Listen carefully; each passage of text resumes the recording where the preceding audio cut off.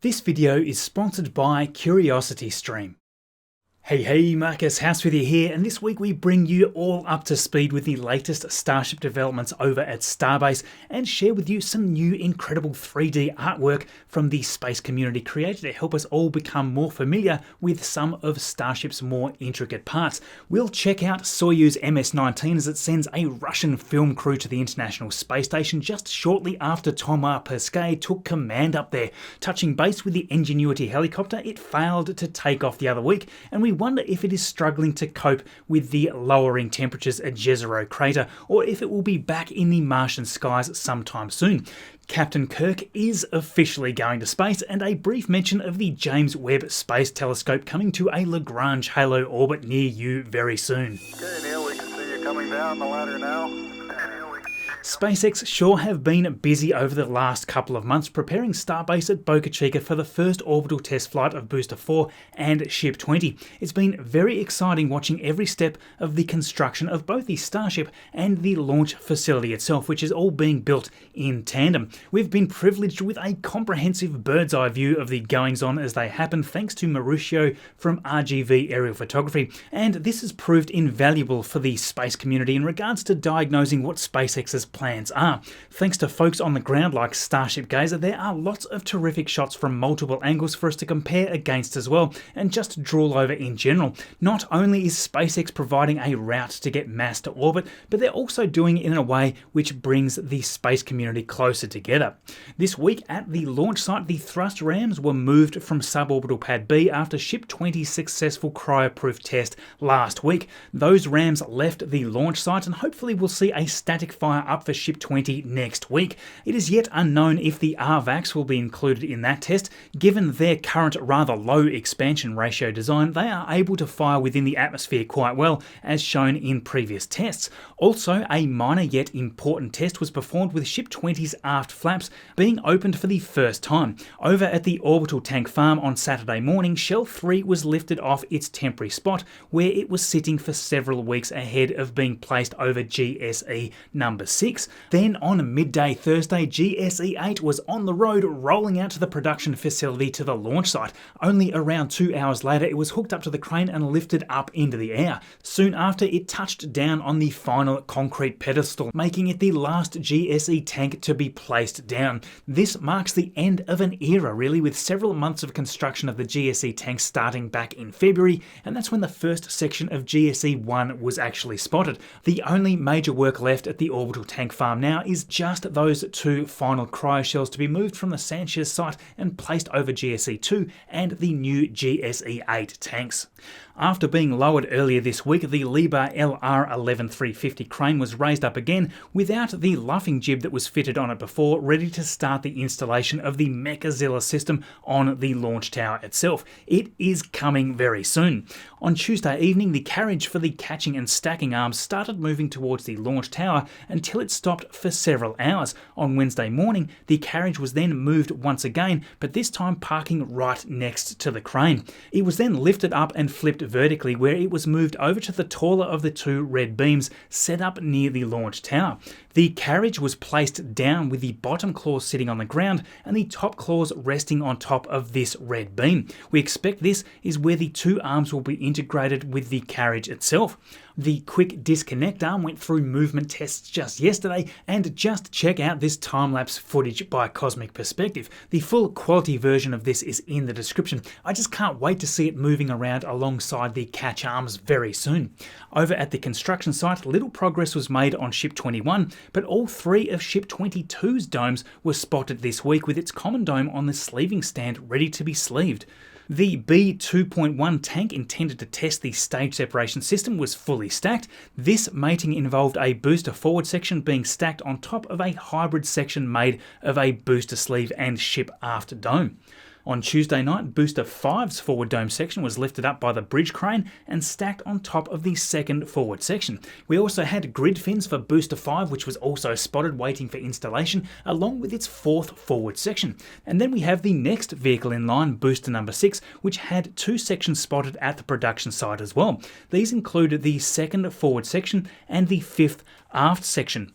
Now this I think is very interesting thanks to Nick spotting a 13 engine booster cap being delivered to Starbase. Just check this out. Previous boosters have had 9 engine thrust pucks with 20 additional Raptors mounted to the tank perimeter for a total of 29 Raptors. This 13 engine thrust puck will enable 33 total Raptors on the booster, and I think that this could possibly be assigned to booster number 8. Using the current thrust generation Raptor 1 engine thrust data, a booster with 33 engines could produce up to 6,100 metric tons of thrust at liftoff. However, it seems that booster 8 could utilize the new generation of Raptor 2 engines, which could jump the thrust of the booster up to almost 7,600 metric tons. This is more than twice that of the Saturn V. This is really quite an astounding difference from the booster being prepared for flight right now.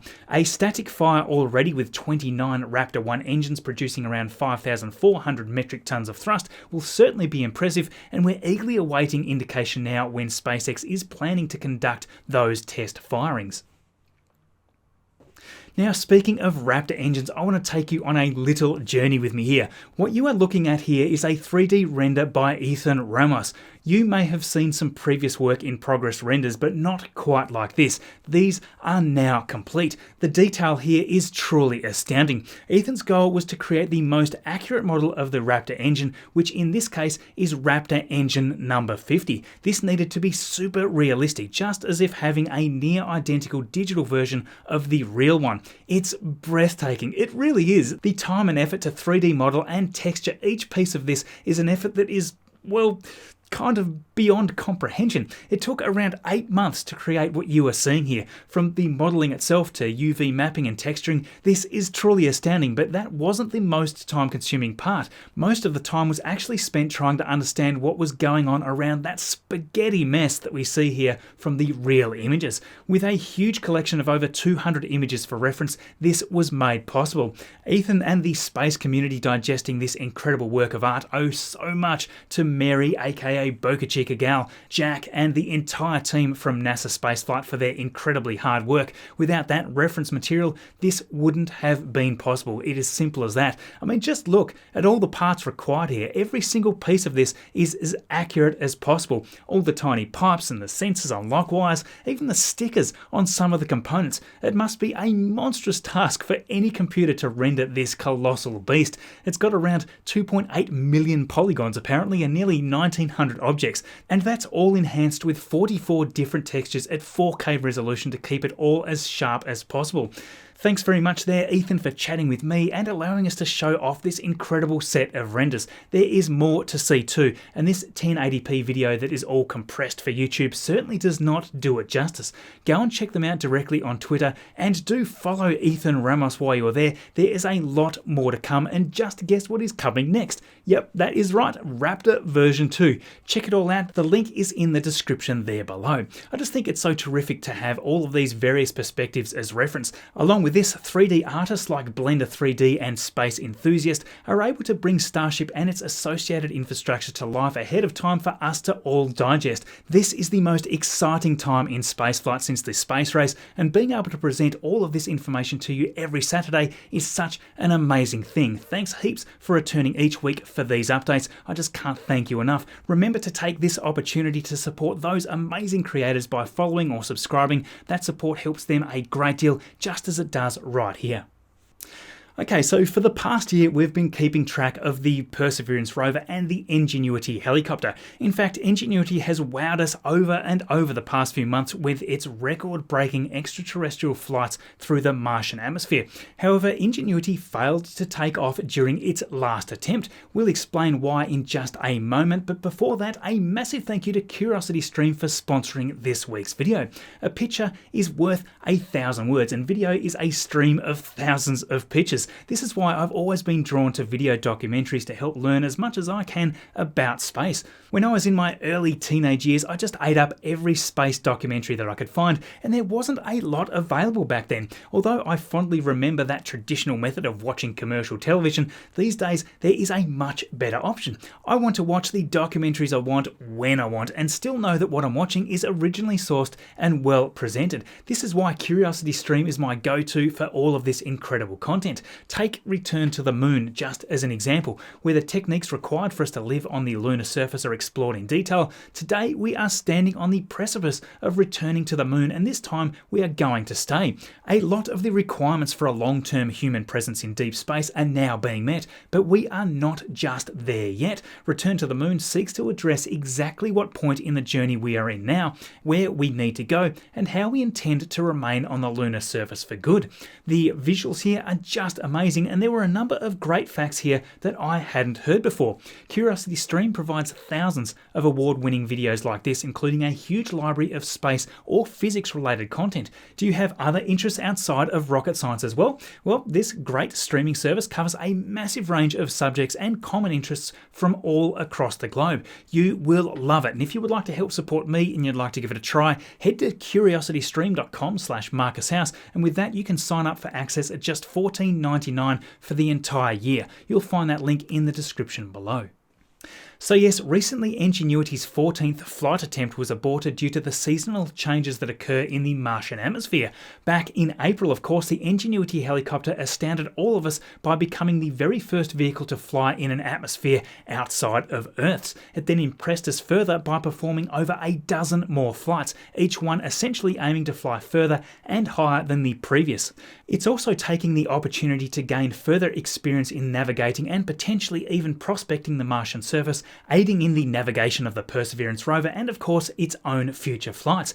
As predicted, seasonal changes in the Martian atmosphere are now making it a little harder for the helicopter to lift off. Similar to Earth, Mars has 4 quite distinct seasons, so it shares some certain familiarity here. However, there are many norms here that are a little more alien to us. For example, in summer, carbon dioxide released from the melting ice makes the atmosphere thicker. As a Martian winter approaches, average temperatures fall so much that carbon dioxide in the atmosphere desublimates, which causes local atmospheric pressure to drop enough for Ingenuity to require a total recalibration of its rotor blades. This requires them to rotate about 15% faster than before, and they were already clocking in at over 40 revolutions per second. During the first attempt to fly with the increased RPM, Ingenuity encountered abnormal feedback from 2 of its control servos, shutting itself down for safety. This is worrying to us, as it could be a sign that it will struggle or even fail completely to cope with the seasonal changes as they become even less favourable. Successful servo wiggle tests have been performed since then, however, and NASA has every confidence that Ingenuity will return to the skies of Mars very soon. Of course, thanks to an inconveniently timed solar conjunction, we will be waiting at least a few more weeks now to see if another successful Ingenuity flight is possible. Now, it's been a little while since we caught up with the events from NASA's Commercial Crew program. You might be surprised just how much time has already passed for Expedition 65 or Crew 2. Believe it or not, they arrived at the International Space Station way back in April on SpaceX's Crew Dragon Endeavour. This time has absolutely flown by, at least it feels that way to me. Shane Kimbrough, Megan MacArthur, Thomas Pesquet and Akiko Hoshide are now nearing the end of their mission, with the return to Earth scheduled in November. This week it was time for the 53rd rotation of command, this time from Akiko to Thomas. Now this is quite newsworthy, I think, because it is the very first time that a French national has acted in the role of commander. Surrounded by those Thomas has served under in previous missions, there was a symbolic change of command ceremony to mark the occasion. Having served very admirably in the role for the past 5 months, outgoing Commander Akiko praised the excellent teamwork and the achievements of assorted science experiments, most challenging perhaps being the extravehicular activities, cargo vehicle visits and system upgrades. After speeches that left you with a sense of real closeness and mateship among the crew, Akiko proudly passed on the golden key. The role of commander is one that looks after communications between the crew and the ground-based flight director. It is also a crew morale and task oversight role which has an authority to act in an emergency independent of ground control if required. Thomas won't be in command for very long this trip, of course, as he will be handing over to Anton Shkaplerov early next month. It is, however, great recognition for his leadership abilities. We'll no doubt see him acting in a leadership role in the future, be it in space or back home here. Speaking of the ISS, about 12 hours after Thomas took command, we saw the launch of MS-19, which was riding on the Soyuz rocket variant 2.1A. As a side note here, unlike the 2.1B version, the upper stage still runs on the open-cycle RD-0110 engine. The 2.1B, which has been operational since 2006, introduced the RD-0124. That is instead a staged combustion engine with about 33 seconds or 10% more specific impulse. That is currently the highest performing kerosene and liquid oxygen engine out there. That is quite the success actually, as this has increased the payload capability by over 1 metric ton or 17%. So why fly MS-19 with the inferior 2.1A variant? Well, that is all because Soyuz MS-19 only weighs around 7 metric tons. For that payload, the extremely well flight-proven RD-0110 was more than sufficient. In this and other configurations, Soyuz has now launched over 1,800 times successfully, so it's the workhorse of Russian space exploration. In fact, at this point, the sight of such a launch probably doesn't seem overly special, but in this case, the payload was a little out of the ordinary. On this flight, actress Yulia Peresild and film director Klim Shipenko were flown to the station by Commander Anton Shkaplerov. Klim additionally is the screenwriter and producer for The Challenge, which is a film they plan to shoot on board. Interestingly, the cosmonaut Oleg Novitsky is also on the cast list for the production as well. Anton and even Mark Vanderhei, an astronaut who came on board with MS-18, will have cameos in the film as well. Oleg will perform the role of an incapacitated crewman who needed emergency surgery, and personally I'm quite keen to see how all of this pans out. They arrived at and docked with the International Space Station only about 3.5 hours after launch and proceeded immediately to their first ISS conference. Strangely, the automated docking software called KERS failed, but Anton docked successfully by manual flight. Over the span of about half a year, this will be the first feature-length fiction film shot in space, and of course that doesn't come without a little criticism due to the mission not being so much about science and discovery, but more about commercial use. I'm not sure if this is a good perspective to have though. Remember that commercial opportunities will drive more flights and more innovation in space travel. Whether you believe this to be a misuse of the resources of the ISS or not, one thing is for certain: bringing films to the general public will, we hope, elevate the need for further innovation and lower that cost access to space as the technology improves. Along with this mission, Tom Cruise and director Doug Liman are also due to travel there soon on a Crew Dragon, but there is no specific date known at this stage, so life is going to look a little different on the station over the next few months. While on that topic, the rumours about William Shatner flying on NS-18 that we spoke of last week have indeed turned out to be true. The final fourth seat that was also unknown will be taken by Audrey Powers, the Vice President of Mission and Flight Operations at Blue Origin. So yes, look out for the suborbital launch there on the 12th of October. The commercial space industry is really kicking into high gear now. Now for something that is far beyond suborbital, the James Webb Space Telescope is coming, and it is coming very soon. This epic project of space agencies from the USA, Canada and Europe is going to be truly groundbreaking. Currently the 18th of December this year is planned for launch, and this is going to be huge. Quite literally, the James Webb Space Telescope will be the largest telescope in space known to humanity. It will be able to reach farther out to explore what even Hubble could not. That telescope already did great work, but it looks very cute here compared to the James Webb Space Telescope. The main goals for this huge telescope, of course, are to explore the Big Bang and the evolution of the galaxies. For this, not only does the telescope itself need to be huge, but its sun shield needs to be massive as well. The shield is required to keep off any heat coming from the sun, allowing the telescope to operate at minus 223 degrees Celsius or minus 370 degrees Fahrenheit. Only then can the faint infrared radiation be observed coming from the extremely old and far away objects. Helping here, of course, is the orbit as well. It's going to be drifting around LaGrange point 2 of the Sun-Earth system, therefore having the Sun, Earth and Moon all behind it. Now, we talked a little about Lagrange points last week when talking about the Lucy mission, but they are essentially places in space between two celestial bodies where the gravity creates a stable position. In this case, it will hold its position to Earth and the Sun despite being in an orbit further out, which would typically end up with a longer orbital period than objects closer to the Sun. Even in this stable position though, it will still need a little fuel to stay in place. This will be provided by the spacecraft bus with its monopropellant thrusters. It carries around 150 meters per second in delta V capability and 6 reaction wheels to keep everything in place. Of course, it's not only the telescope and its huge heat shield that are massive, the budget explosion and the delays are massive too. When it was planned in 1996, a launch in 2007 was expected, while costing about $500 million.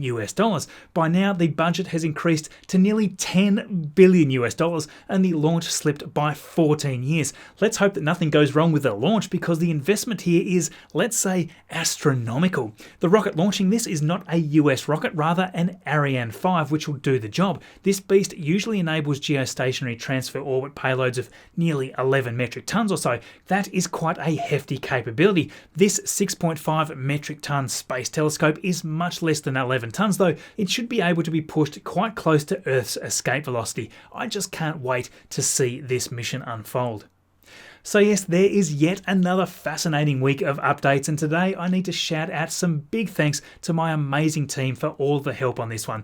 I've been away for most of the week, but that did not stop Brendan, Adam, also known as Gameplay Review UK, Brenton and Aeneas for taking over to pick up the slack. And this week I have been slack, mostly off on holiday with the family for the first time in, well, probably too long. Thanks of course to all of you there for watching all the way through here. You are incredible. You really are. This channel wouldn't exist without you. And likewise, the incredible patrons and YouTube members supporting what we do here is just amazing. For me, even being able to contemplate having a few days away on holiday and still being able to produce a video with this effort put in, well, that's only possible because of your support. Thanks for helping all of us here. If you like what we are doing and you'd like to help assist us with what we do directly, you can join as a YouTube member or as a patron at patreon.com/MarcusHouse. Either of those options will have you chatting with us all in Discord via the member assigned roles. You also get your names listed right here like these other terrific individuals, and of course you get ad-free versions of these videos released direct to you before anyone else gets to see them. You may also be interested in picking up this shirt that we see here. That is a great way of support as well, so you can pick that up in lots of different variations from the store. If you're interested in these topics and you'd like to keep up to date, remember to follow here below and on Twitter at MarcusHouse. In the tile in the bottom left today, we have my video from last week. In the top right is my latest video, and in the bottom right, content that YouTube has selected from the channel just for you. Thank you everyone for watching, and we'll see you all in the next video.